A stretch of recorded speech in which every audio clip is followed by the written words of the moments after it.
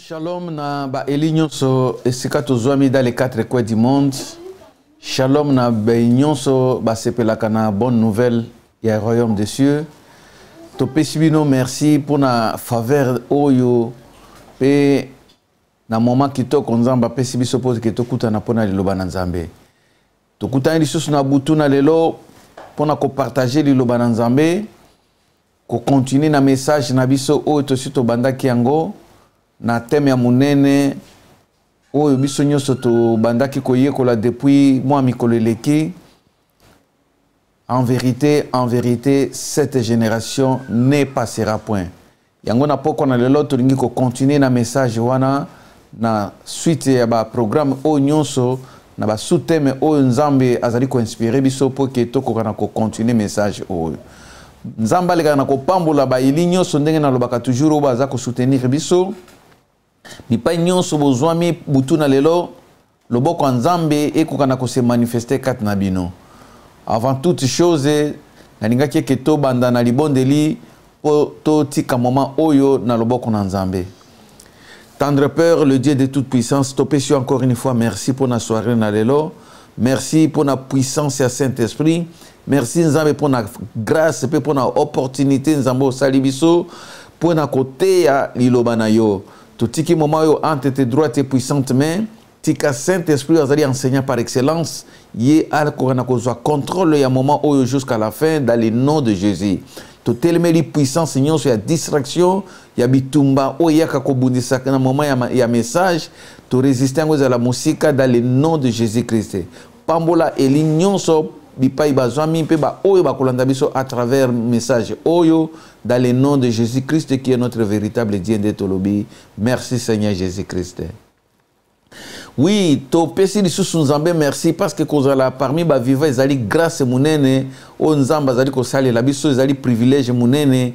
To moni ke bandeko mingi oyo pe balula ki kozala na moment oyo lokola biso me bazui grâce oyo te. Mais loboko na Nzambe kat na biso abateli biso, abateli bino, yango tokutani lisusu na butu na lelo pona koloba de la part de l'Éternel. Na linge ke avant que to banda nazala reconnaissant na bato nyonso o bazaka ko soutenir biso pe ba amoureux ya bonne nouvelle. Wana nazali komona chéri nanga l'évangéliste Sephora Likenja, Nzamba leka na kopambola ye, Nzamba pambola papa na biso digital Momo Patrick pe aleka na kopambola mama na biso Pauline na kati ya bomoko na mboka. Nzambe apambola basai na Nzambe nyonso bipai bazwami. Nazali komona wana Dr Esaïe Saïf pe Mosakoli Mete. Nzambe aleka na kopambola mama Micheline servante ya Nzambe. Nzamba pambola ba servante nyonso bipai bazwami na ba serviteur de Dieu bazaka ko soutenir biso butumo. Nzamba pambola bana Mepsa Efrata na Stockholm. Nzamba leka na kopambola bana Mepsa na Yetebo. Nzamba leka na kopambola bana Mepsa na Angola. Ba bazwami partout dans les quatre coins du monde. Zabo baza na France, na Londres, na ba bazami na États-Unis. Loboko Nzambe na poko na lelo ezala liko na bino. Na pamboli le fils du prophète Gabi na mboka na Londres. Nzamba leka na kopambola pe bana nga nyonso ya molimo bipai nyonso bozwami parce que naebe ke na butu na lelo faveur Nzambe za liko na bino. Tozali ko continuer na message na biso oyo to lobaki ndenge na pesa ki teme nango ki to bandaki série ya ba enseignement toza ko lobela cette génération ne passera point. Et à chaque fois toza ko kutana toza ko ya na ba sous-thème mususu moment tant tozali ko évoluer na message tozali ko ya na ba sous-thème mususu. Lelo na poko na lelo to ko kende komona. Comment savons-nous que cette génération ne passera point? Comment savons-nous que cette génération ne passera point?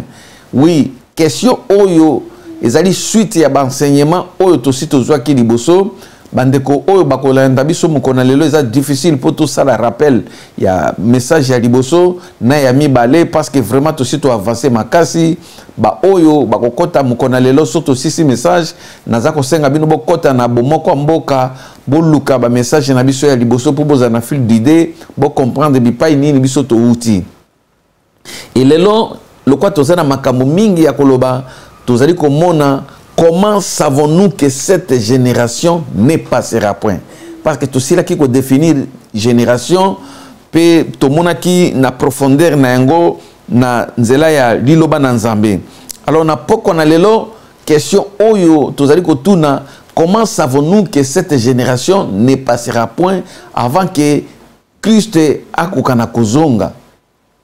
Bien aimé, tokomi na tango apokwa, tokomi na tango moko mabe, tokomi na tango oyo ba promesse en Nzambe, écriture ezali ko s'accomplir malembe malembe na miso na biso. Biso toza bato oyo Nzambe asali biso faveur que tout mon accomplissement ya ba promesse prophétique oyo Nzambe tokolo alobaki na biso na nzela na Christ. To badi ko mona accomplissement na yango pe eloko moko ezali susu ko empêcher Christ te ke po akokana kozonga. Voilà pourquoi bana Nzambe tozali toujours kozonga na kati na makomi pona tina na kokende kotala Bible eza kotalisa biso nini, liloba na Nzambe eza kotalisa biso nini pona tina na kozonga na Christ. Parce que toyebi ke mukolo Christ azali ko mata likolo avant ke amata ayebisaki ba yekoli na yeke na kozonga lisusu.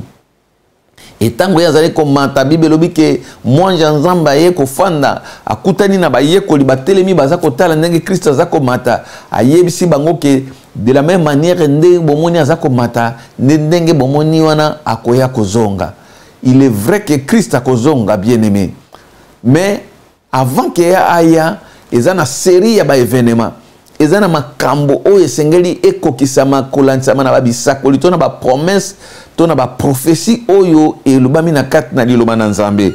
Yango nde ezali kosunga biso ba chrétien, yango ezali kosunga biso ba élu toyeba ko se préparer de manière que jour wana écoute abisote na kati ya distraction, écoute abisote na kati ya ko tambola pamba, mais à connaissance à maloba na Nzambe o tozali kozwa lelo et sunga biso que to se préparer de manière que si moya kosa la Nzambe biso peto hériter vie éternelle.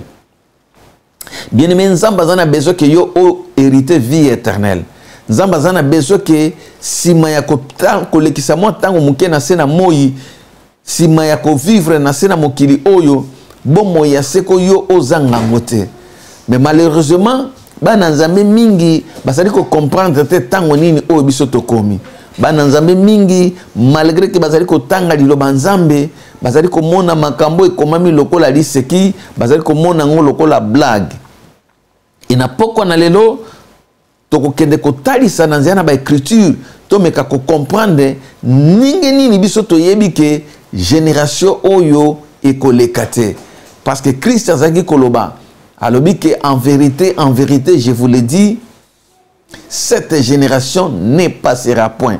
Et ningi koloba ya solo et keke oyo ekolekate avant que kozonga na mwana moto esale mape makambo nyonso ekomami ekokisama. Yango tokende kotanga na mokanda na Nzambe na livre ya Matthieu chapitre 24. Toko banda na verset 32 pe toko kita malembe juti na verset 34 mais toko tanga nano na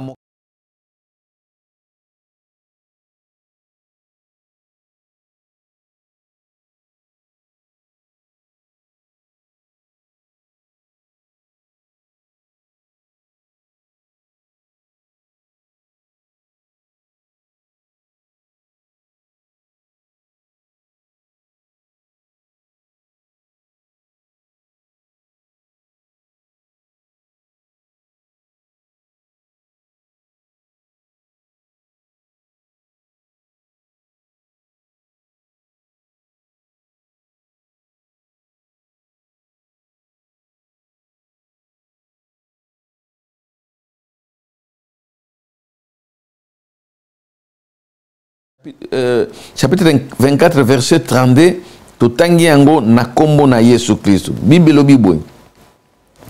Instruisez-vous par une comparaison tirée du figuier. Dès que ses branches deviennent tendres et que les feuilles poussent, vous connaissez que l'été est proche. Bien aimé, awa liloba na Nzambe epesi biso réponse. Epesi biso mayele potoko kana kozwa boyebi ya ko comprendre ndenge nini biso to yebi ke ekeke oyo to génération oyo ya biso ekolekate. aussi là qui démontrer comment est-ce que de quelle génération Christ a qui s'adresse à nous. Tu comprends qu'il y a déjà un message nabiso o eleki que génération au Christ a qui les des générations nabiso. Tu me qui démontrer en c'est la lumière et la parole. Mais alors question il y a pas qu'on a les ali comment savons-nous que cette génération ne passera point. Bible yé moko lilo banzambe yango moko e bandi ko pesa biso biyano to ba réponse. Et le dit que instruisez-vous par une comparaison tirée des figuiers. Alors que bozo mayele na bosa la comparaison na ndenge ya nzete ya figue. C'est-à-dire que nature yango moko ekoki ko pesa biso instruction, il y a qu'à comprendre la saison, il y a qu'à comprendre les signes, il y a qu'à comprendre les temps, il y a qu'à comprendre les changements. Oh, il y a ma cambouizari ko sele manase na moi.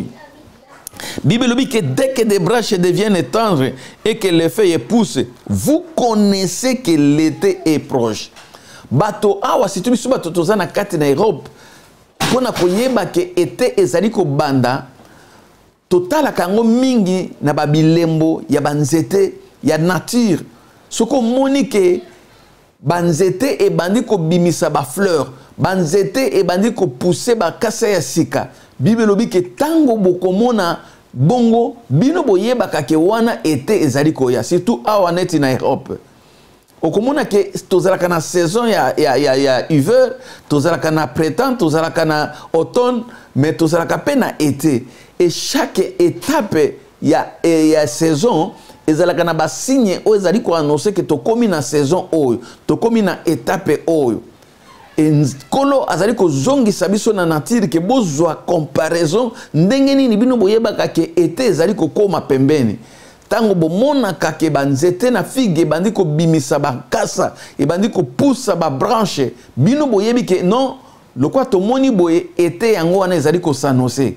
Ce sont des signes où ezalaka ko annoncer été na miso ya bato pour bato ba comprendre que to longwe na saison mususu saison tozo côté comme na saison mususu okomona bato na ba magasin bazali ko changer ba bilamba bokomona bato bandi ko changer ba garde-robe na bango parce que ba yebi que non saison to côté c'est sous saison ya ba manteauté et comme saison ba bilamba ya léger et comme saison ba chemise et comme ba mususu ko lata ba couper et comme ba donc c'est à dire que mutu même na ba magasin ba comme ko changer ba bilamba parce que ba yebi que na kalamingité tokokota na saison mususu tokokota na période mususu.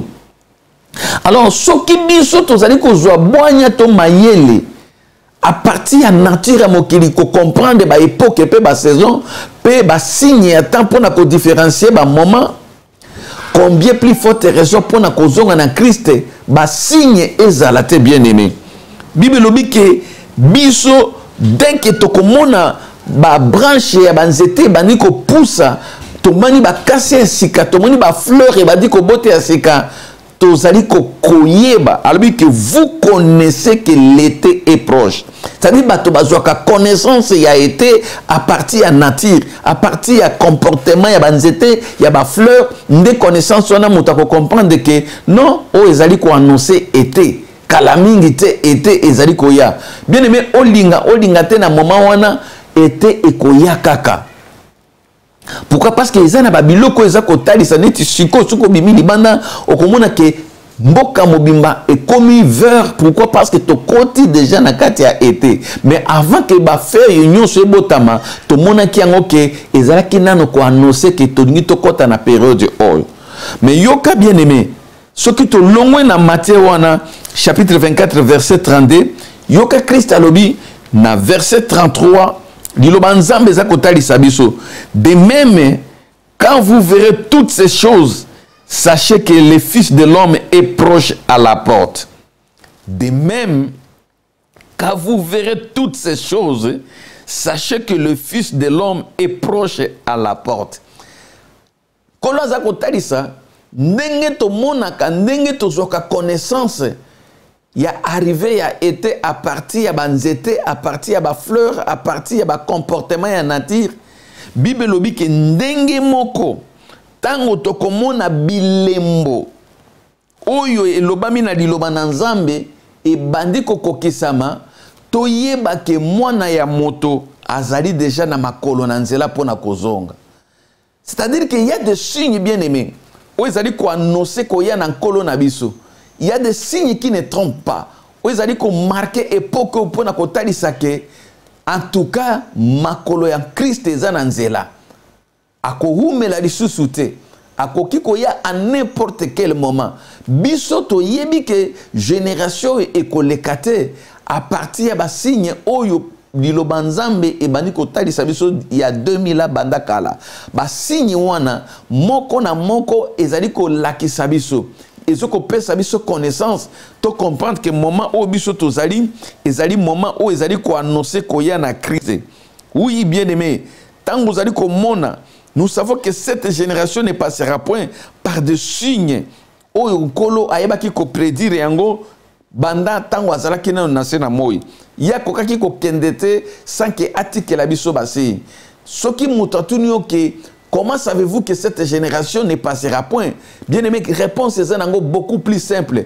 Il y a des signes où ils allaient annoncer. Il y a des signes où Christ a l'obaki. Il y a des signes où l'Ilomanzambe commis. Il y a des allés kotali sabiso que il y a solo génération nabiso ekolekate pour te kolo azali nanzela alingi kozonga.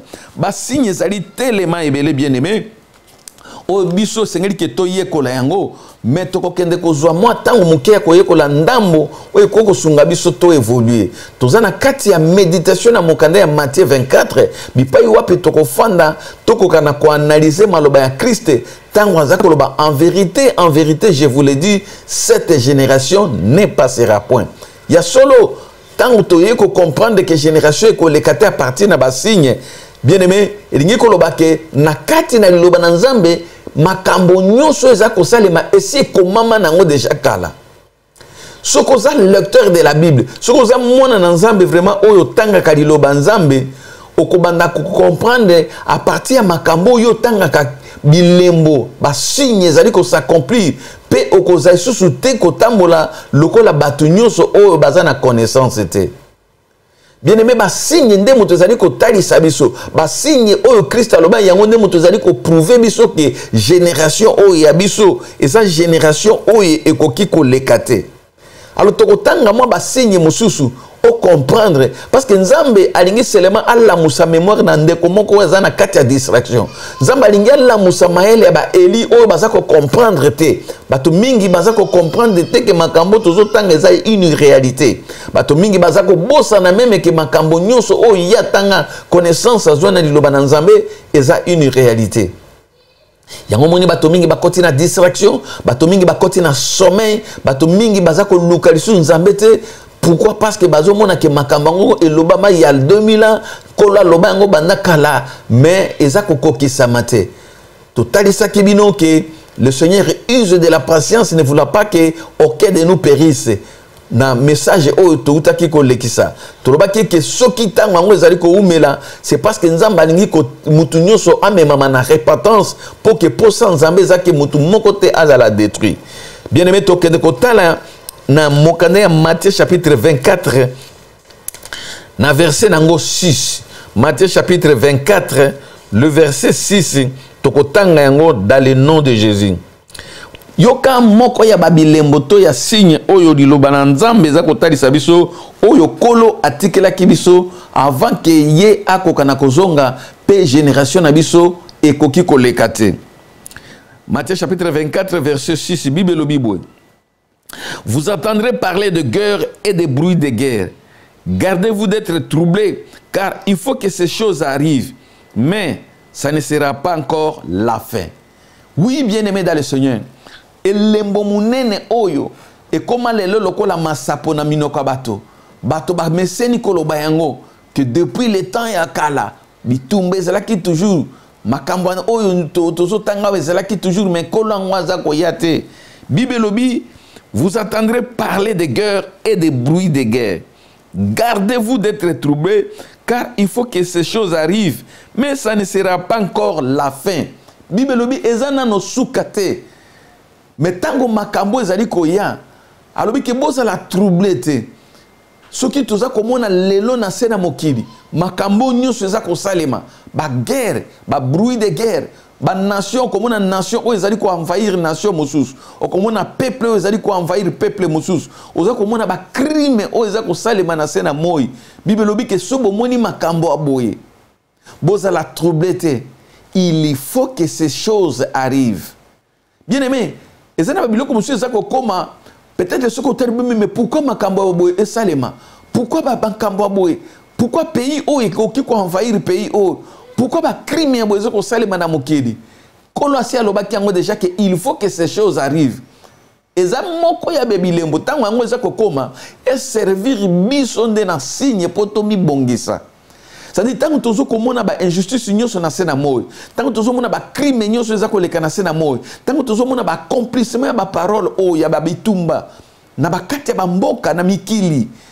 eza nde po biso tokoka ko préparer kokutana na mobile na libara eza po ke biso toyeba ke makambo nkolo alobaki yango ebandi kosalema alors to longwa na kati ya distraction bien aimé to suka kaka te na koyeba ko se plaindre na ba crime oza koleka na ba guerre oza kosalema partout dans le monde to moni tellement ba guerre ebele to moni tellement ba crime ebele to moni makambo ndenge na ndenge kosalema.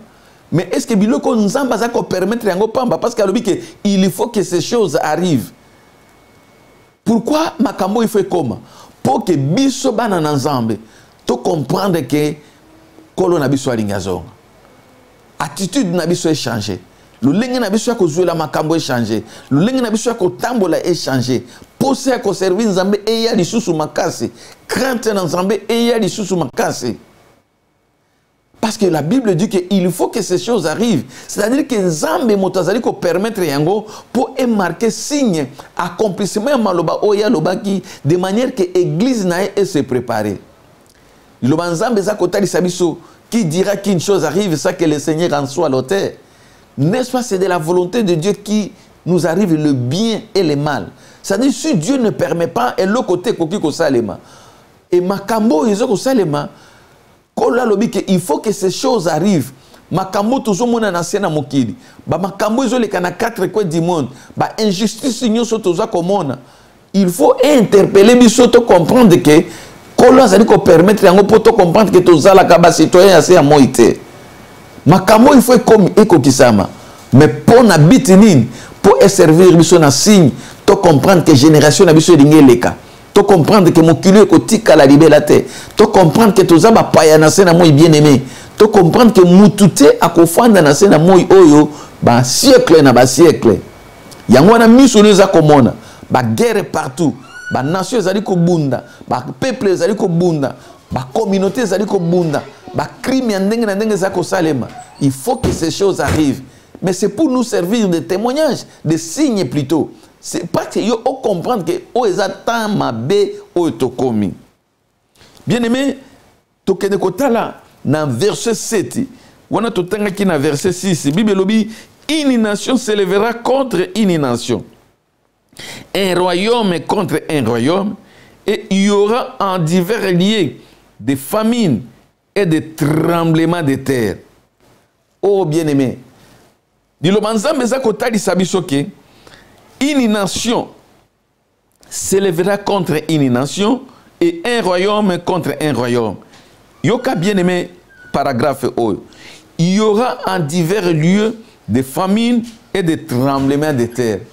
Et ça n'a pas signe mingi ko salema nabisika ebele. Bible lobi en divers lieux. Ba tremblement de terre ko salema na ba divers lieux, c'est-à-dire que na ba place ebele. Ba crime makambo ko salema na bebe sika ebele. Mais ndenge nini na ningaki place oyo ko beta sete parce que makambo eza ko leka biso toza ba privilégié na tango ya suka. Komona ke toza na monde oyo technologie ezali tellement avancé lelo toza a mesure ya komona en divers lieux ba crime ezali ko salema na pokwa moko. Ozali na télévision okoki komona makambo eza ko salema na Amérique. Okoki komona makambo zoleka na Chine, okoki koleka makambo zoleka na Afrique. Na mukolo moko ba crime ba makambo ba catastrophe naturelle ezali ko salema na journée moko okoki komona yango. Bible lobi ke na tango wana avant ya koya na Christ et kozala na babisika ebele ba tremblement de terre nzala makambo ya ndenge na ndenge kosalema partout dans le monde. Siko bien aimé eza na bandeko mingi place oyo ndenge na betela yango sete ndenge na lobaki ba prédicateur mosusu bango ba prêcha batoke kota la télévision eza mabe ba prêcha batoke kokota na internet eza mabe kolanda ba prédicateur internet eza mabe kolanda ba réseaux sociaux eza lisumu na yoka ki ser moko azoloba na tuni me maser biso to lekaka na bomoko mboka neni no kokoko kota te fungola na nini na Facebook na yopo obanda kolanda biso te wana makambo ya masumu ngana kota kana ba Facebook te makambo ya mokili mais Bible lobike ekosale na ba divers lieux siko makambo eza koleka soki otala ka télévision te soki oza na ba réseaux sociaux te soki oza connecté te na monde ya lelo ndenge nini koyeba ba crime eza koleka na mokili ndenge nini koki ko comprendre ba signe belé biso toza kotala télévision pour natia na kosumu kate tozo kota na ba télévision pour na kozala instruit pour na kozala informé tozali ko kota na réseaux sociaux tozali ko utiliser internet pour na ko passer message ndenge oza koyoka na poko na lelo eza pour na tina ko kende ko sala kindumba te ko sala ba makambo ya salite te mais eza moko ya ba moyen oyo ezali ko sunga biso poto se connecter toyeba ba accomplissement ya ba promesse Oyo Christ alobaki na biso qu'il y aura en divers lieux des tremblements et ko salema na isika moko te kaka isika yozali et ko salema na ba divers lieux mais kaka bato bazali à la page bato bazali ko landa ba information bato bazali na kati ya mass media bangonde ba ko comprendre ba signe wana parce que baza ko mona ezana ba signe mususu tango za ko mona o comprendre que oyo ezali moko ya ba signe Christ alobaki.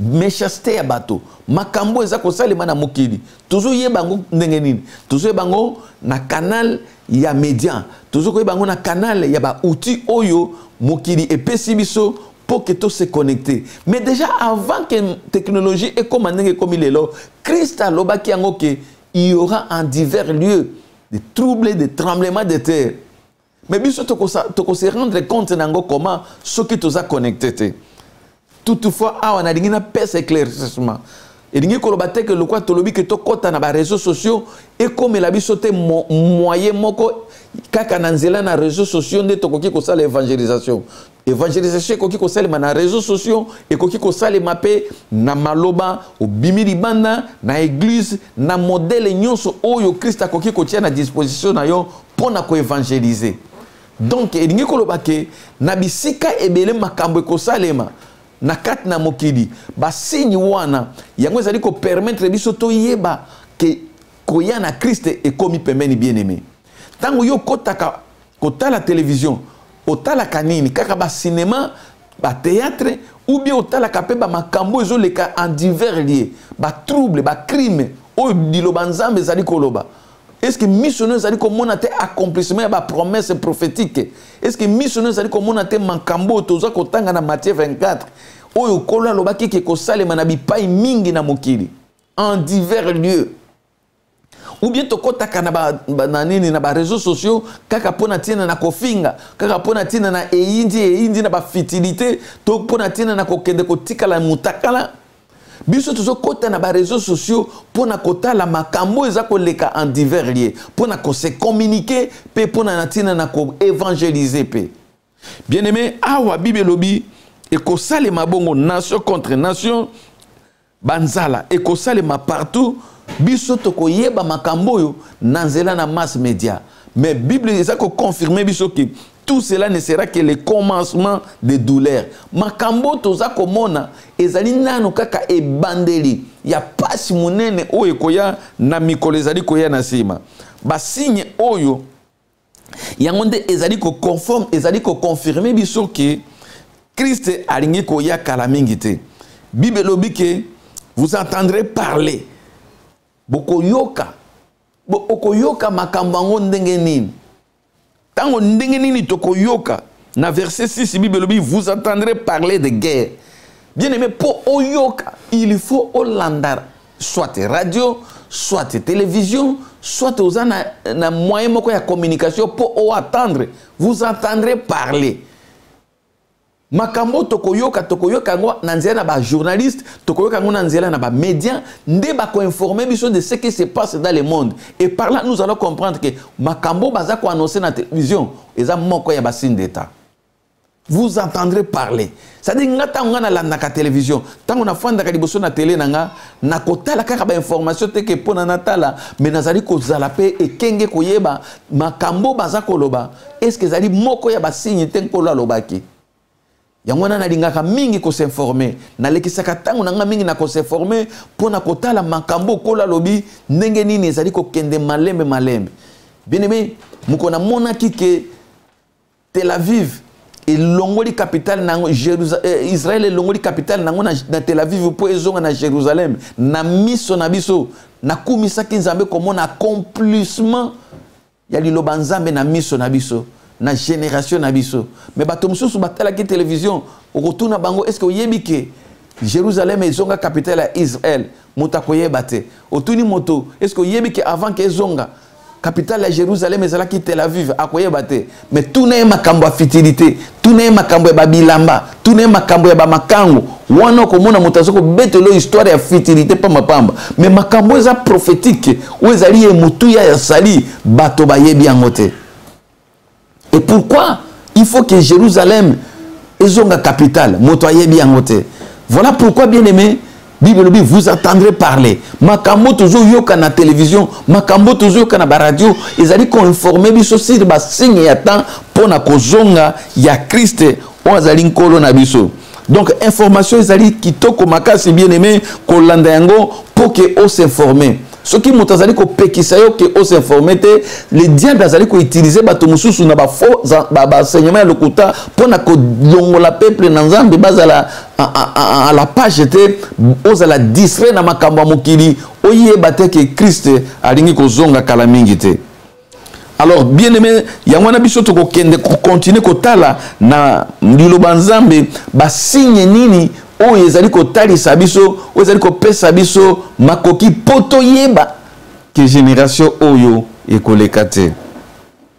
Matthieu chapitre 24 tokotanga na verset 33. Matthieu chapitre 24 verset 33. Bible lo Bible. De même, quand vous verrez toutes ces choses, sachez que le Fils de l'homme est proche à la porte. Bible lo Bible ndenge moko. Parce que nous avons posé la question, comment savons-nous que cette génération ne passera point? Mais Bible zolo banabiso, soki to moni ba signe oyo nyonso, oyo toza ko mona na sena moi lelo, ezali ko s'accomplir. Oyo to uti ko tanga awa, une nation ezali ko s'élever contre une nation, royaume moko contre royaume. Ba bruit de guerre, ba makambo nyonso, Bible lobi que soki bomoni yango nyonso, sachez que le Fils de l'homme est proche. Sachez lingi koloba yeba que Jésus Christ azana nzela. Comment savons-nous que cette génération ne passera point? Parce qu'il y a des signes où kola loba qui ezali ko s'accomplir. Tomoni ba guerre ba nation entre ba nation, ba royaume entre ba royaume. Tomoni ba famine, tout le monde ba tremblement de terre, tout le monde ba catastrophe naturelle. La génération nabiso, tout le monde mabele ko mela bato, tout le monde mai ko tomboka, tsunami na kati na Thaïlande, bato ba vandi ndenge nini mai ye ko mela bato. Tout le monde na Japon ba catastrophe salemaki. Tout ça comme on yango partout dans le monde. Bible dit que tant que tout mona yango, na uti ko mona kalamingi te na Afrique, mabele za ko ningana yango moko ebandi ko longwa. Makambo ndenge na ndenge na Italie na ba pays nyonso ya monde ba tremblement de terre ya ndenge ya kosakana te ya koboma bato e banda pe na ba makambo ngo na ba génération mosusu mais zali ko continuer mais kola solo ba tango bokomona yango sachez que le Fils de l'homme parce que problème na biso zali wana comment savons-nous parce qu'il y a des signes où zali ko talisa biso pour que nous puissions savoir que Jésus-Christ est réellement prêt. Christ a commis penda pembeni pona kozonga. Il y a des signes au miso na biso eza komona. Il y a des choses au miso na biso zali komona. Yangonde ezali ko pesa biso boyebi ya ko comprendre que génération na biso ekolekate. sachez que le Fils de l'homme est proche. Bon, tant que l'homme za kolobake, ce qu'on moni makambo yeba. Bien aimé, lokolo oza déjà na connaissance que Christ kalate azali kozonga. Misono eza komona ba tremblement, misono eza komona ba catastrophe. Oza na ba signe ebele o ekomami na Biblia, omoni yango ko s'accomplir na misona yo. O totangi yango te na poko na lelo, mais misona yo eza komona yango. Yeba que génération ekoleka te. Parce que ba signe oyo, eza ba signe nkolo ye moko alobaki avant que akoka na kozonga. Donc esengeli na biso to banda kokala na kat na boyebi na bokebi nyonso ndenge nini ba signe nkolo alobaki ezali ko s'accomplir na vie na biso na miso na biso bien-aimé toza komona makambo ya ndenge na ndenge za kosalema. Et pendant ce temps attitude nini biso toza kozwa liboso na Nzambe. Pendant ce temps comportement na biso eza ndenge nini liboso na Nzambe. Ba mususu baza kokoma ba incrédule de plus en plus. Mais ba mususu pe bazali ko se sanctifier de plus en plus. Yo ozali ko se sanctifier bien aimé tango ba signe ozali ko s'accomplir yeba na ko se sanctifier toujours parce que loko moko ya munene elingi ko salema oyo bato mokili ba ko za ko comprendre te. Donc tozali ko comprendre que cette génération ne passera point à partir ba signe oyo totangi yango awa boy. Dans Matthieu chapitre 24 verset 6 pe na verset 7. Mais yoka signe mususu ya munene oyo ezali kotalisa biso ndenge nini biso toyebi que cette génération ne passera point. Signe oyo bien aimé ezali komona na lelo na ba église ezali komona na lelo na mutu nyonso tokotala na Matthieu chapitre 24 na verset 11. Matthieu chapitre 24 na verset 11. Yoka signe mususu oyo ezali kotalisa biso ke génération oyo ekoleka te. Bible Bible. Plusieurs faux prophètes s'élèveront et ils séduiront beaucoup de gens. Parole du Seigneur. Plusieurs faux prophètes s'élèveront et ils séduiront beaucoup de gens. Bible talisi biso awa na Matthieu chapitre 24 verset 11 que plusieurs faux prophètes s'élèveront. Plusieurs, combien de prophètes? Plusieurs, bah faux prophètes. Bah sakoli ya lokuta, bah kozala ebele. Oh bien-aimé, lelo comme on a Christ ezako fingi sama na sena moi à cause ya bato oyo bazali ko simba liloba Nzambe to Biblia na komo na Christ. À cause ya batei oyo bazali ko teya lelo na komo na Christ. Mais comme on a Nzambe ezali ko fingisama pourquoi parce que bato wana bazali ba faux mais ba prophète. Elingi kolobake bazali ko sakola mais bazali Nzambe te. Elingi kolobake bazali ko teya mais bazali Nzambe te. Bible lobi bato wana bakozala ebele na sena moi. Totala lelo na kat na sena moi. Totala na bakat na ba église na biso. Totala lolenge ba église ezali ko botama. Eza mabete. Parce que Bible lobaki ke bilanga na nkolo ezali munene basali baza muke. Mais est-ce que bato nyonso lelo baza ko sakola? Bato nyonso lelo baza ko te babenga me pa Nzambe. Est-ce que bato nyonso lelo baza ko sakola? Batinda me pa Nzambe. Ou alors ceux qui moto astangi na université aza éloquent, aza na l'art de parler, a juina ya boni ke musale zate aller à s'autoproclamer docteur. À s'autoproclamer prophète. A ju Bible lokola matière identique na ye abandi ko sakola. Oh pasteur na biso loba français kitoko. Oh ate en anglais kitoko. Mais nana bengi na kati ya likambo. Nana tindi na kati ya likambo. Sikoyo bato wana tango bakokota na exercice ya misala na bango bakosala makambo oyo batindi bango te po atina mite. Bazako sakola mais na lokuta. Il y a une Bible qui en ce jour-là, plusieurs me diront, n'avons-nous pas prophétisé à ton nom? N'avons-nous pas opéré des miracles à ton nom? Et je leur dirai ouvertement, dehors les chiens, car je ne vous ai jamais connu. C'est-à-dire, bien aimé, qu'il y a des gens qui prêchent la parole de Dieu, l'élo. Quand on a des réseaux sociaux, tala, il y a des téléphones, il y a des ndenge, mutu na moto rakabara. Mais est-ce que Nzamba tindi? Tout n'a appel naïe, tout n'a message ni Nicolas Pessé. Bible lobi mingi mukolo wana bakolela kolo na sakola ki na kombo na yo te na sala ki bikamo te na kombo na yo enkola kozongisela bango libanda bambwa na tikala koyeba bino te. Et je me suis toujours posé cette question. Comment bato bazali coopérer miracle lelo au nom de Jésus mais mukolo wana Christ lo batikala koyeba bango te. Mais le miracle s'est opéré au nom de Jésus. Bien aimé, ko palangana te diska bato bazako sala ba démonstration, ba miracle au nom de Jésus. Christ azali ko honorer comme na ye, mais ayebi bato wana te. Ba mususu bazako bengana ba démon au nom de Jésus minzamba yebi bango te. Ba mbiku di nyoso ba ye na église, ba nganga kisi nyoso ba ye na église, ba occultiste nyoso ba ye na église. Bible lobi que plusieurs faux prophètes s'élèveront. Tant landenge basakoli alokuta ba telemi. Et ce que makambo nyonso tango ezako s'accomplir, ezali ba signe Christ a loba ki yango po ayeba ki ke kosalema avant ke yazonga.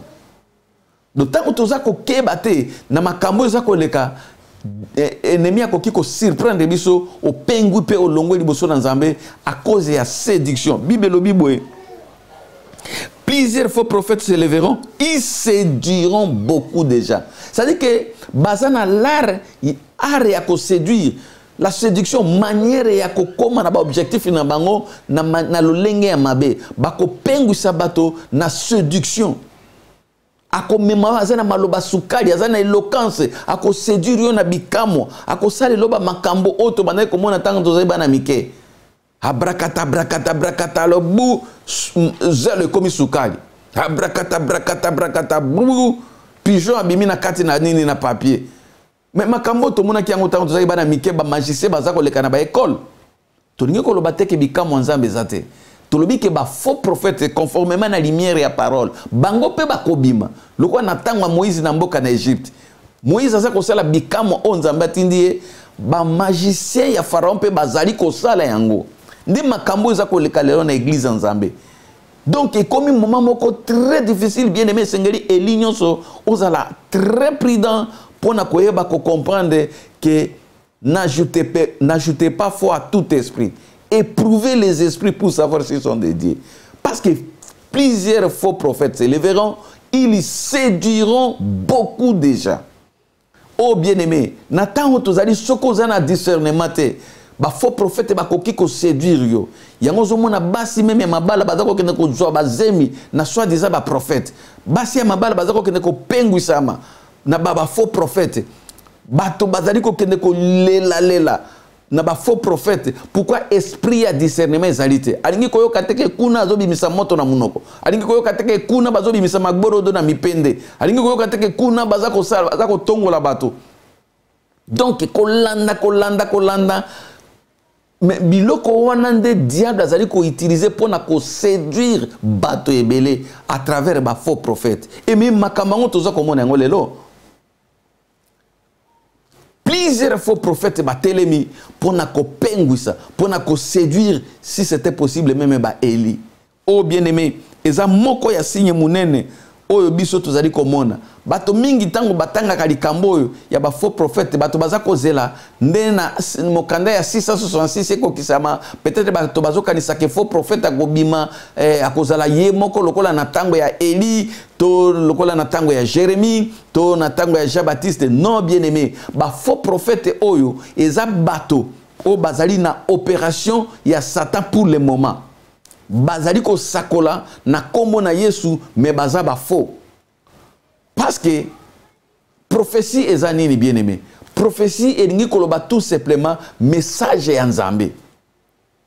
Ba prophète ezali ba messager ya Nzambe.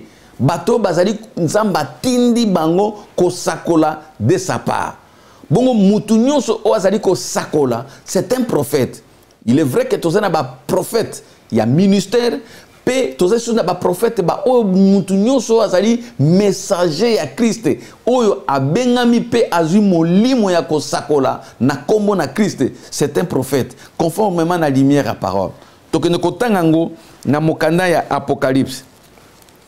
Bien aimé tokotala na mokanda ya Apocalypse. Apocalypse chapitre 19. Nzamba pambola eli moko na poko na lelo. Apocalypse chapitre 19. na verset 10. On comprend likambo oyo ya prophétie. Apocalypse chapitre 19, verset 10. Je lis au nom de Jésus. Et j'ai tombé à ses pieds pour l'adorer. Mais il me dit, garde-toi de le faire.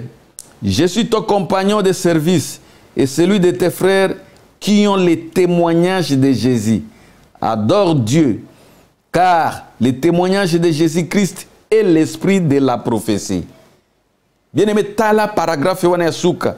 Car le témoignage de Jésus-Christ est l'esprit de la prophétie.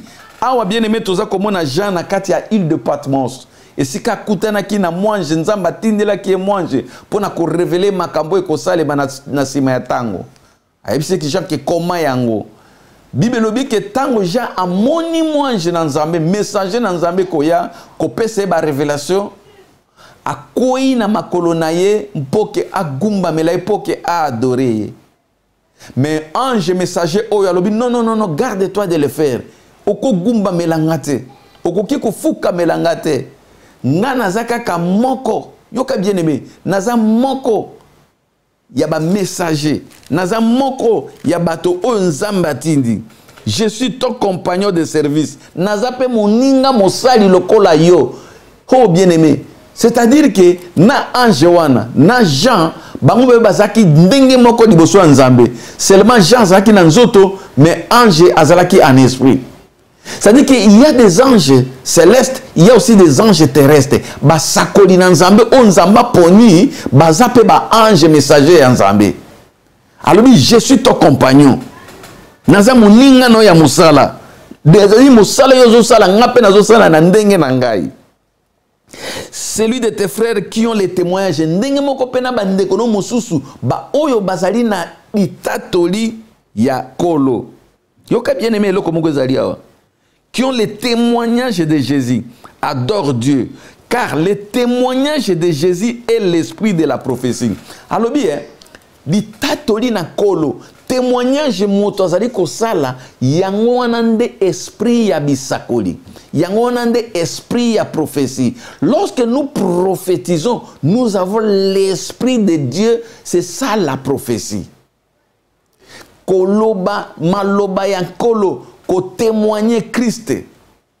Bible lobi que l'esprit de la prophétie nde ezali ko animer ba messager ya nzambe, molimo ya basakoli, molimo ya bisakoli. Bien aimé, na ningo comprendre loko malamu. Mutu nyonso nzambe azali ko tinda na kati ya bilanga na ye, azali ko pakola ye na molimo ya bisakoli. Et yango komona ke moto tango atelemi, Bible lobi poussé par le Saint-Esprit, les hommes ont parlé de la part de Dieu.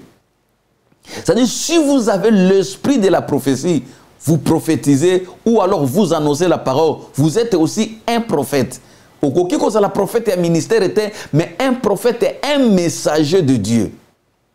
Alors, si quelqu'un n'a pas cet esprit-là, ce qu'on a dit qu'on prophétiser, c'est tout simplement un faux prophète. Ce qu'on a dit qu'on parlait de la part de Christ, c'est un faux messager.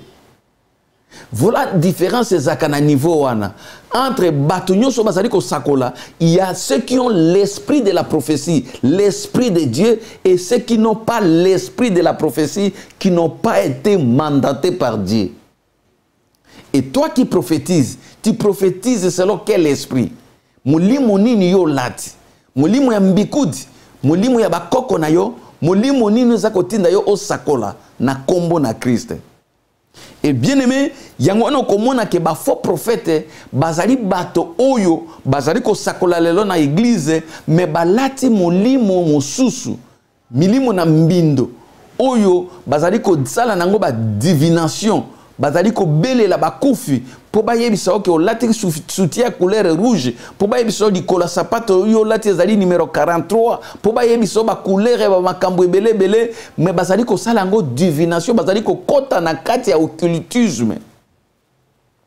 Et bien aimé, Bible lobi ba bengi bango ba faux prophète. Siko ba faux prophète wana ezako dépendre na ba dimension ya renommée ya moko na moko. Ba mususu baza ba faux prophète mais ba yebani mingite baza ko kosa na niveau ya sepo ayebani te. baza kosala ravage en église en Nzambe bazali kokosa peuple en Nzambe kosakana te babusu balekaka de maison à maison pona kokosa basi o baza na esprit faible mais ezana ba mususu baza na renommé makasi baza na matériel baza na bozui bango pe ba yebani bango susu nde bazaka très dangereux parce que renommé na bango ezali kosala ke ba séduire bato facilement azana télévision azana ba mituka azana ba immeuble et bato baza kolanda yango. C'est ça, Nathan Oto, comme Bible lobby, lorsque vous verrez bah, faux prophète qui s'élève belé, boyeba que Christ a zananzela. Si vous avez une vie normale, est-ce que yoza comme on a faux prophète était? Yoza comme on a pratique était, il y a faux prophète était. Et si lorsque nous voyons cela, Bible za kotali sabiso, pourquoi makambo zo salema pour que Tomi batte là. Bien-aimé dans le Seigneur, un faux prophète yewana moto yo azana mulimu na Nzambe te mais azali ko sakola na komo na Nzambe tokende kotala signe mosusu weza ko sunga biso toyeba ndenge nini biso toyebi ke génération ekoleka te soki ba faux prophète ba kotelema mais ezana signe mosusu wezali beaucoup plus important oyo sengeli ke biso to comprendre que lokola signe wana esakol ekokisami Christ akoumela isusu te biso soki toyebi ki génération ekolekate ezali aussi à cause ya signe oyo na Matthieu chapitre 24 le verset 14 Matthieu chapitre 24 verset 14 je lis au nom de Jésus-Christ Bible le Bible cette bonne nouvelle du royaume sera prêchée dans le monde entier pour servir de témoignage à toutes les nations alors viendra la fin. Oh bien-aimé, cette bonne nouvelle du royaume sera prêchée dans tout le monde entier pour servir de témoignage à toutes les nations. Alors viendra la fin. Oh ezali moko ya elembo munene bien-aimé. Je me souviens 50 ans avant, évangile yebana kite na Afrique. Évangile yebana kite na Asie. Mais lelo, bien-aimé, ok na Chine, okokuta ba chinois ba pasteur bazali. Ok na Mongolie, okokuta ba pasteur mongol bazali. Ok ezala même na Thaïlande, okokuta bango. Ok na ba pays nyonso ya Asie ya monde arabe, okokuta ba pasteur bazali. Na parle pas siko en Afrique. Okende même na Zamba ya Amazonie okokuta ba indien o bazali converti soko yebaka te tikanga na yebisa yo ki kende na Brésil na Zamba ya Amazonie okokuta ba indien o ba yebaki évangile te ba passer bazali kuna. C'est-à-dire que évangile les a déjà prêché les lots na niveau yokoki ko imaginer te. Problème est que batonyo so ba bongo la motema. Problème est que évangile les a la prêché. Là na bien. Bible lobi que cette bonne nouvelle du royaume sera prêchée dans tout le monde entier pour servir de témoignage à toutes les nations. Est-ce que l'évangile les a dit prêcher à toutes les nations? Oui. Et ça, la nation, mon côté bien-aimé, na sena moi, lelo. O koko yebisanga ke kuna évangile na ne kotite. Atako tu na ba pays oyo balobi ke 100% bango bazali kaka na religion na bango mais bien aimé okokuta ba chrétien bazali okokuta ba pasteur bazali même ya kobomba me bazali évangile ya Christ a prêché lelo à toutes les nations et ça na nation mo côté oyo tokokolo ba ke kuna Bible na ne kotate parole de Dieu na ne kotate mais Bible ko vous allez prêcher pourquoi pour servir de témoignage batoban dimate mais il faut que l'évangile soit prêché. Yango zomona ke lelo bato nyonso te baza obligé ko bongola motema biso toza ko prêcher te pour que mutu nyonso abongola motema muta ko bongola motema soka za appelé soka za élu de Dieu mais to ko te sango malam pour servir de témoignage parce que jour à jugement mutu te aloba biso to yoka évangile te évangile comme na nation na biso te évangile comme na mboka na biso te l'évangile est prêché pour servir de témoignage mukolo ya jugement na Nzambe. Et aujourd'hui, cette bonne nouvelle, et ça signe mounen, oh bien-aimé, moukolona na moni na kati na Chine, bande kumoko ba chrétien, depuis ba ibongola motema ba yoka kaka Bible ba simba ngote, et nde kumoko ba missionnaire ba koteli bango na ba Bible ozomona ndeko ndenga za kozwa Bible azali ko embrasser yango azali ko embrasser Bible azali ko embrasser Bible azota la valeur ya liloba nzambe et ma miso biminga na komisi nzambe bi Seigneur ba signe ya yo lobaki yango ekoki. Cette bonne nouvelle du royaume sera prêchée à toutes les nations pour servir de témoignages. Bien aimé, yo motoso landanga bima na libanda tuna motoso ko yebi Christ ko biso yebi Christ. Andima te akoyoba kasi ayoka. Ayoka ke bate ya Christ aza mwana nzambe. Eke mutu akoyamba ya kobika. O ya koyamba ya lokola mokonzi pe mobiki akobika na libota na ye. Presque mutu nyoso ayoka ngo. Voilà signe munene. Ou eza kotalisa biso ke génération oyo lokola évangile siko ezali déjà prêché. Parce que yango nde tokosambisama a fonction ya oyo toyokaki. Est-ce que oyokaki boyete? Est-ce que omonaki bateite? Pour servir de témoignage jour et à jugement, pour que Moutouté a échappé, pour Moutou Azala na prétexte. Voilà pourquoi l'évangile les a prêché. Et le Seigneur nous a fait grâce. Même yo Moutouzo la nanga soki nano yokate. Oyamba Christ, occasion yango pesa melio, oyamba Christ comme Seigneur et Sauveur, obongo la motema, obwaka banzungu wana ozana yango ya kindoki, obwaka ba matito ozana wana se mbeto na yo, obwaka milangi ya magie ba pesa kiyo, obwaka portefeuille wana ba pesa kiyo, obwaka biloko nyoso Satan pesa kiyo, luka moto nzambe bipa yo zwami, luka basai na nzambe ya solo bazali na ville yo zali. Informez-vous très bien ba ko komona ba réserve nzambe bazali, kende ko zokisa ba sali lo service, ba bonde la ponatina na yo. Parce que makona Yesu ezana nzela. Oui, bien aimé, Bible lobi que bonne nouvelle ya royaume ya nzambe et koza la prêcher. Yangwana tozo mona même bana mikele lo bazako sakola, même ba aveugle bazako sakola, même ba paralytique bazako sakola, bato ndenge na ndenge bazako sakola pour servir de témoignage. Évangile le les a dit déjà prêché, bien aimé mutu mon côté à koki ko échapper na jugement na nzambe.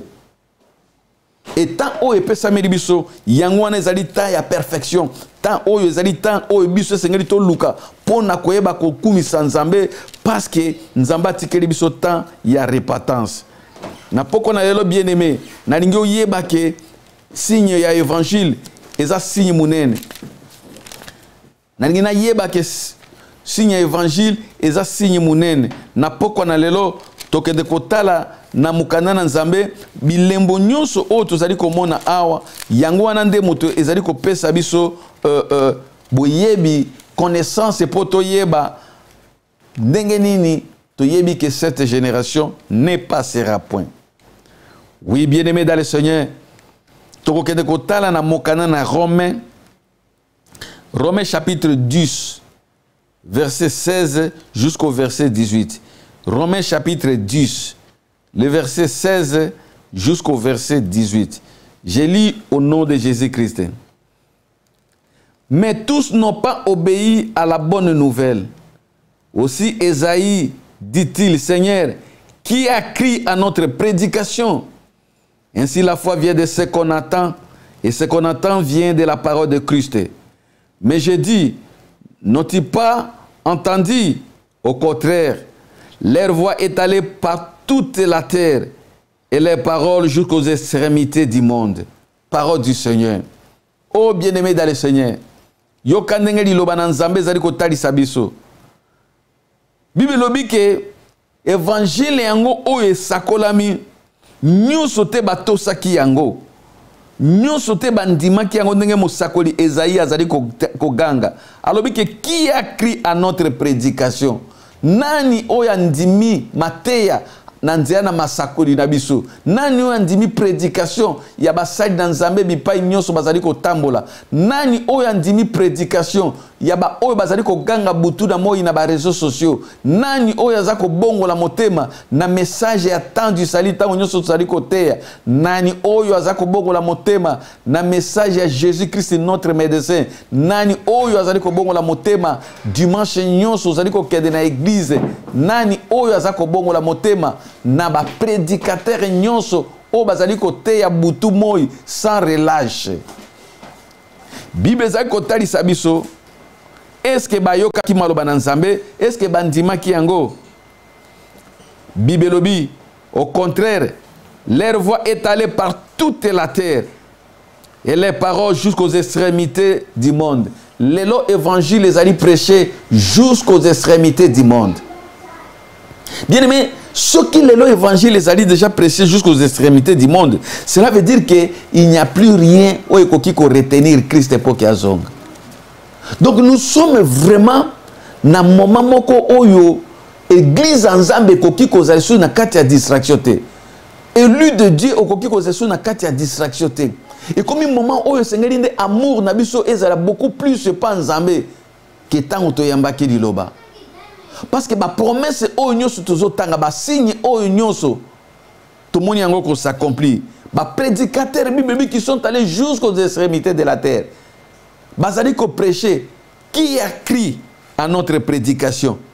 Mais le contraire bato bazako endurci mitema. Bato bazali ko kanga mitema, bato balingi ko bongola mitema te.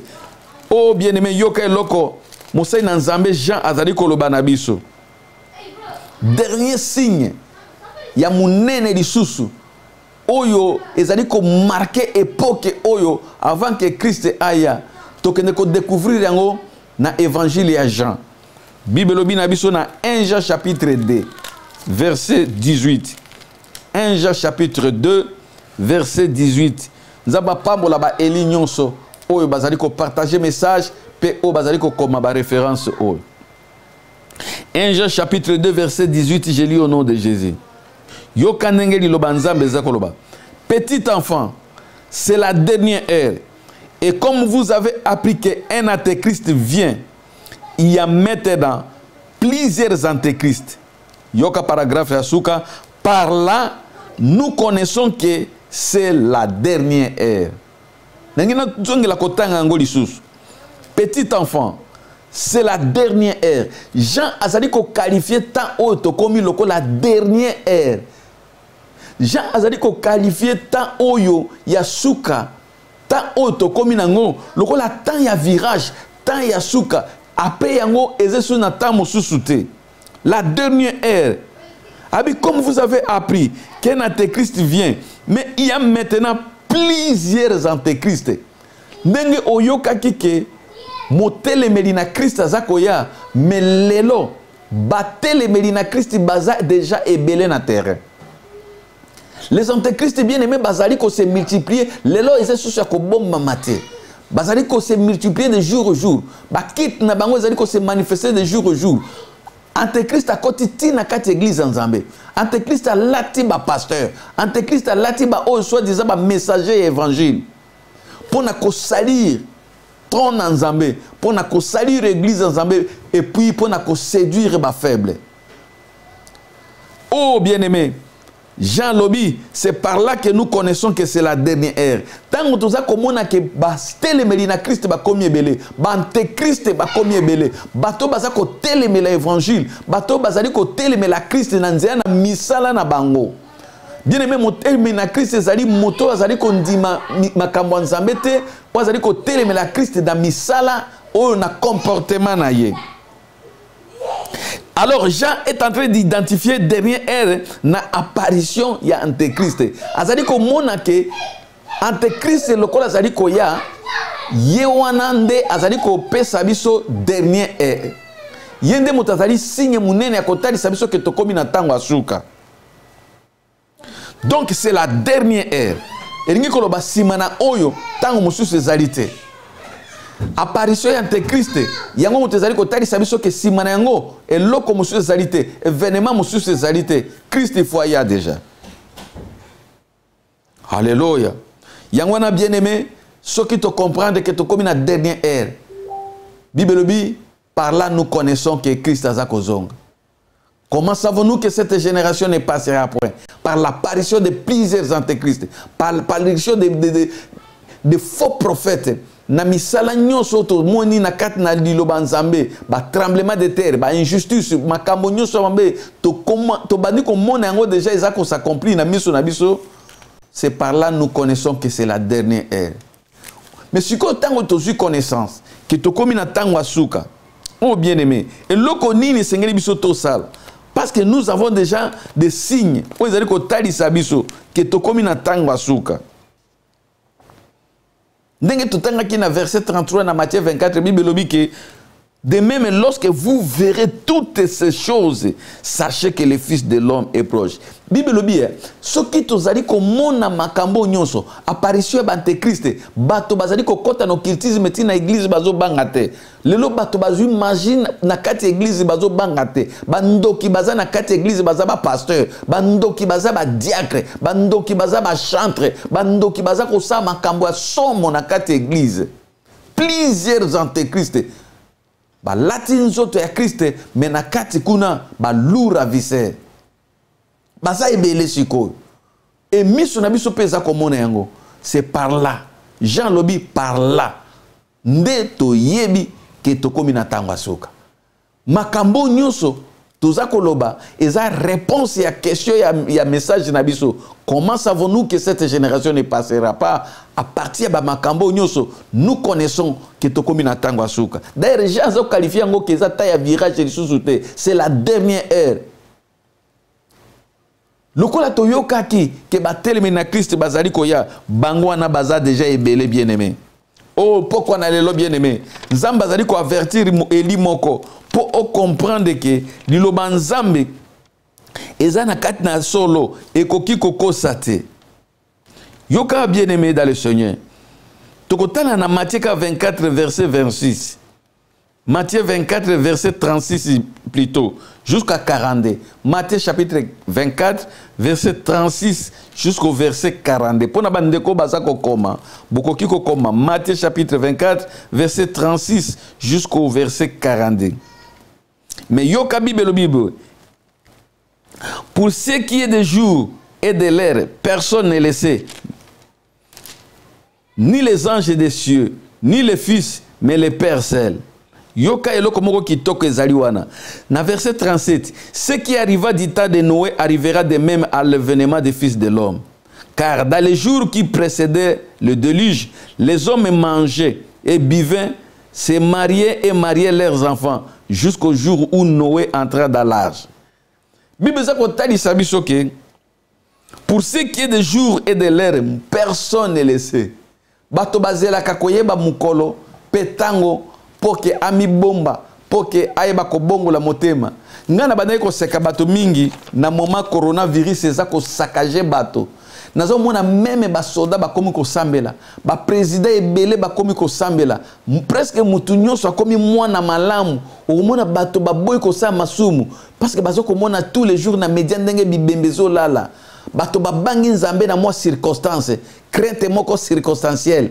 C'est-à-dire tango corona esili ale tozongi na kati na vie na biso. Oya komela mela, oya ko bina bina, muzike matati na likolo. Crainte nzambe pona tango muke. Mais Bible lobi, ce qui arriva du temps de Noé, et comme appelle la génération Nabiso. Ça, c'est le Seigneur qui est en train de dire que Makambo est seulement à temps à Noé, et que Salema, et Makambo Christ a lobi zali une prophétie et que sate. Parce que Mikolo, oh, il est précédent qui mboula ya Noé, bato babazaki kana comportement otozana ngolelo. Kolia comme la fête musique, bato babosani nzambe. Yota la presse mu pepe corona ndenge siri okomona ba église vide mais ba fête kenena ba fête okomona bato ata ba invité ete azako kota na fête na makasi po abike komela ko bine ko zala kuna mais na église lokola komeleza te akoya ko luka nini kuna Bible bi caractère wana ya tangwa Noé e ko zala pe lelo na bato bako linga makambo nzambe te bato bako linga évangile te. Yango zo mona ke même ba message ya bo eza difficile pour mona moto azo tia j'aime. Eza difficile pour mona moto azako partager parce que zo pese kanda. Biso ana Suède je me souviens tant to komaki na kena église moko boye babi ki koma pasteur na biso ya ba suédois. Mais awa kote ya bato masumu te ko bangisa bato te fote ya bato kaka ke nzamba amala munga bibotikala na bambongo na bino. Osu kote ibongo ote ndenge to yokani na yo toko peso mikana toko peso mbongo salaire ba pesi ba mota ngana bibotika nango na koki ko teka bokonza nzambe te après avoir ko souffert tant molai na évangile na ko bebisa ngopona ba miete oyo bien aimé bato balinga ka message à repentance te. Pourquoi? Parce que Satan endurcit déjà mitema bato. Bible dit ce qui arriva du temps de Noé arrivera pareillement avant qu'il y ait un mois moto. Yango na bien aimé tant que tu as comme la tokeba. Faites ça ma bête, mais tu as fait ndengenini. Kobine za mabete, mais toujours kobina ndengenini. Musika na nzambe bien pembe na nzambe. Na motema na yo est-ce que nzamba zali tote? Liloba nzambe za tote. Ou bien so bwa kan nzambe kala. Bien aimé so ki bwa kan nzambe kala zonga. Oh bien aimé, nzamba za na besoin ya mutu moko. Na verset 38 Bible lobi, car dans les jours qui précédaient la déluge, les hommes mangeaient et buvaient. Mikolo avant que mbula ebeta, bato ba nepe ko lia komela lokola lelo.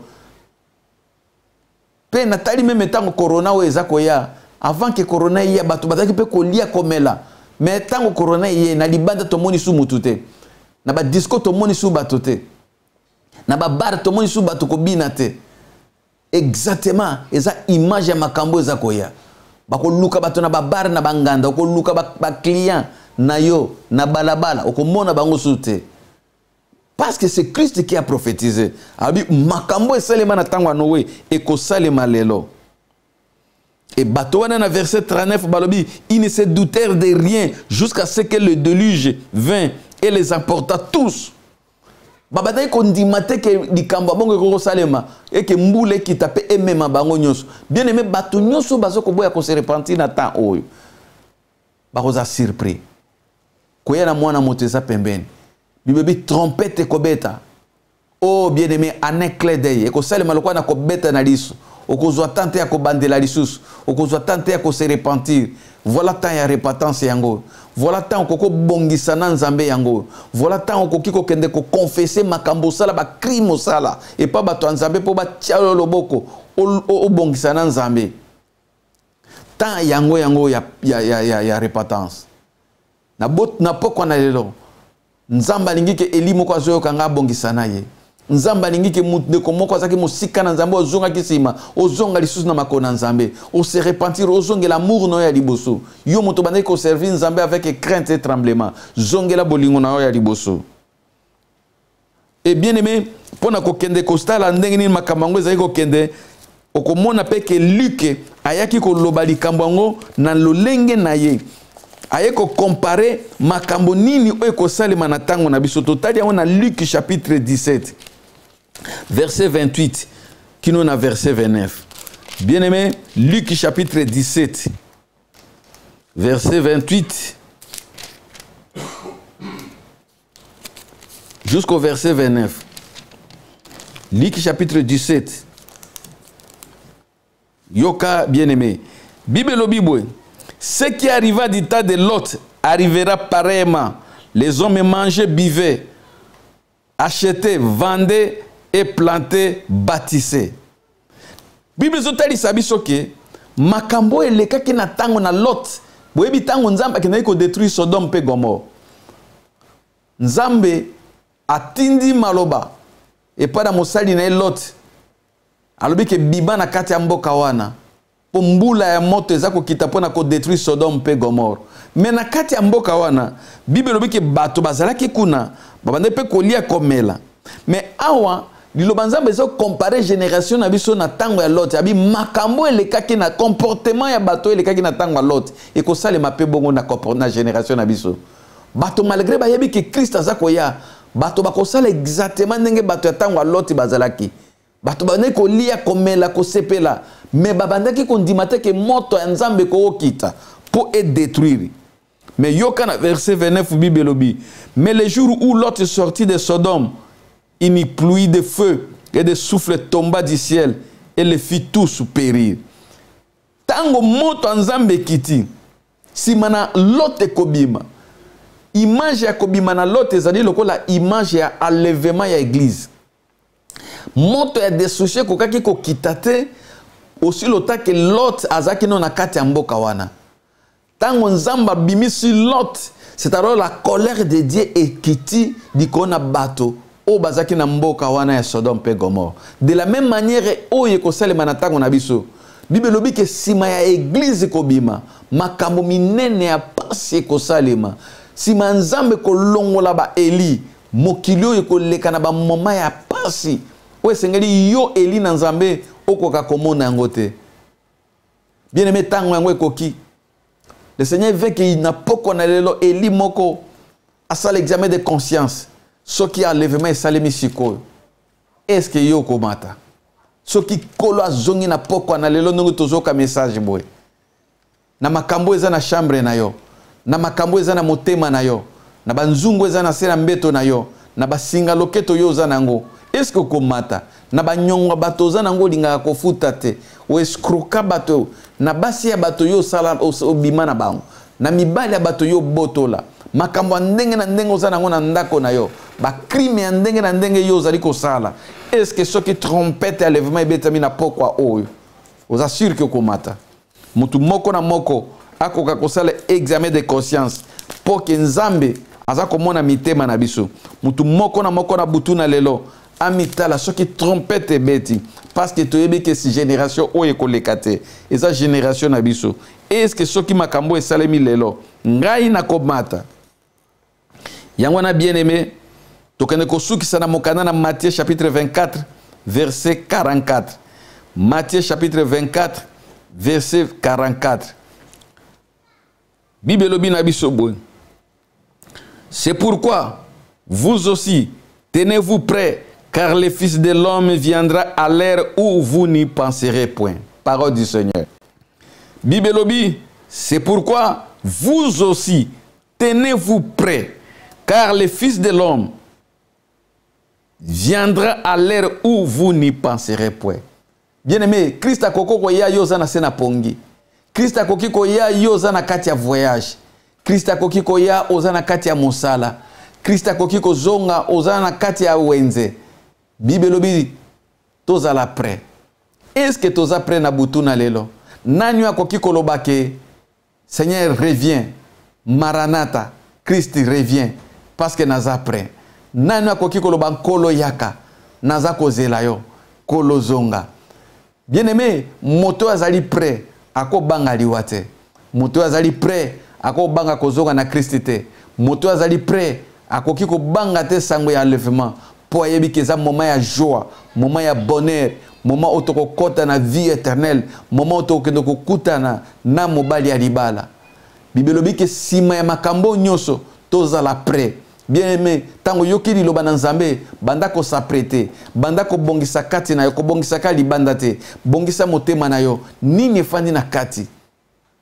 Soki haine moto ezali kuna, soki jalousie moto ezali kuna, soki sorcellerie moto efandi, soki misala ya ndenge ya mbinde efandi, poko na lelo banda ko sukola motema na yo.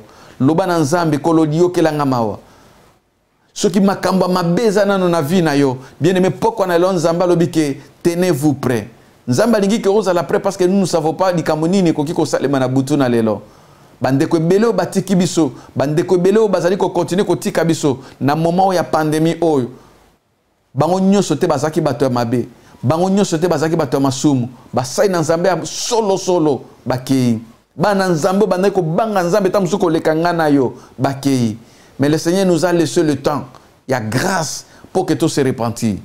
Le Seigneur nous a laissé le temps et grâce pour que nous ayons l'orgueil, pour que nous ayons l'incrédulité, pour que nous ayons tout kabasai dans Nzambe. Mais tout se repentir sincèrement à travers le message que cette génération ne passera point. Nous avons déjà compris que nous avons signé que génération oyo ekolekate. Na poko na lelo mutu moko kokiko gumba mutu na isekazali. Koloba na Nzambe Seigneur limbi sangai. Na tambola ki mabe na comprendre que tokobi na tango mabe sunganga Nzambe poke na koyate yo muto koyaki lele pa na Nzambe kolo na lingi ko zonga epai na yo limbisa ngai na ndenge na tambola ki na lingi ke trompette tango ko beta Seigneur nazala pembe na yo yango na ko kende ko senga ma na Nzambe soko lingi ko kuta na bato na Nzambe benga basai na Nzambe yo yebi ya ko banga Nzambe basunga yo na repentance soko zali awa na Stockholm to awa na Suède, to ozali même na Europe partout dans le monde. Olingi ko solo na biso même na téléphone. Numéro na biso za na bomoko mboka benga to ko sala nyoso ekoki poke o se réconcilier na Nzambe. Nangi na sambela pona eli moko. Tendre Père le Dieu de toute puissance. Maloba na poko na lelo papa.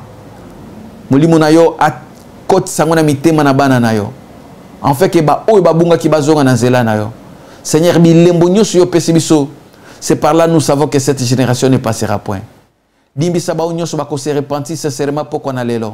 Fortifier bo baza ko tambola na crainte na yo. Pambola ba onyo so baza ko servir yo butumo avec fidélité. Nzambe afin que mukolo wana tomo na nkembo na yo.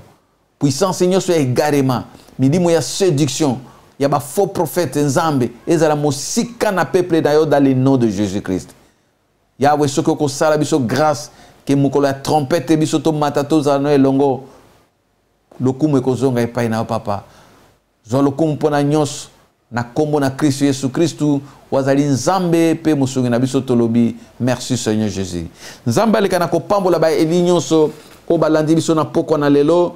Nzambe akokana ko sunga ba oyo bakozwa ikateli décision ya ko se convertir ya ko luka Nzambe. Nzambe apambola bato o nyonso bako renoncer na misala ya Satana parce que koya na mwana moto ekomi pembe. Mukolo wana bien-aimé yona ngai tokokutana na lola tokokumisa Nzambe longo parce que naza sûr que trompette ce que yé ngape na ko batana likolo. Nzamba pambola bino butu malamu nangi ko pambola papa na biso momo pona tamu nene o yazali ko zwa pona tia ke bino bomona kabiso na bandako na bino. Nzamba pambola bomoko mboka apambola mama na biso Pauline. Na bosanité basai na Nzambe ndenge na lobaka toujours na pamboli chéri na ngai l'évangéliste Sephora Likenza pona soutien oyo azako zanga te tango nyoso komema poke na sala mosana Nzambe na kimia.